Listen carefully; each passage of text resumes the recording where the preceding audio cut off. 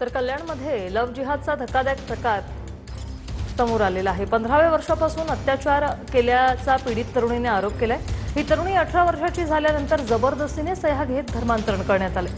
मौलवीने तरुणीच्या इच्छेविरोधात निकाह लावल्याचा आरोप या तरुणीचा आहे। तरुणीच्या कुटुंबियांना जीवे मारण्याची धमकी देण्यात आली असून सध्या कोळशेवाडी पोलीस ठाण्यात गुन्हा दाखल झालेला आहे।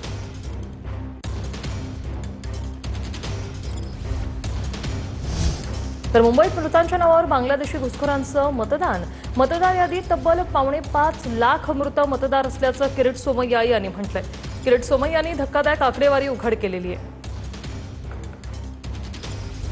मृत मतदार फक्त 2.5% दाखवण्यात आले, ज्याच्या समोर शिवडी, वरळी, भायखळा, माहीम, शिवाजी पार्क येथे 60% मतदारांची मृत म्हणून नावं वगळण्यात आली।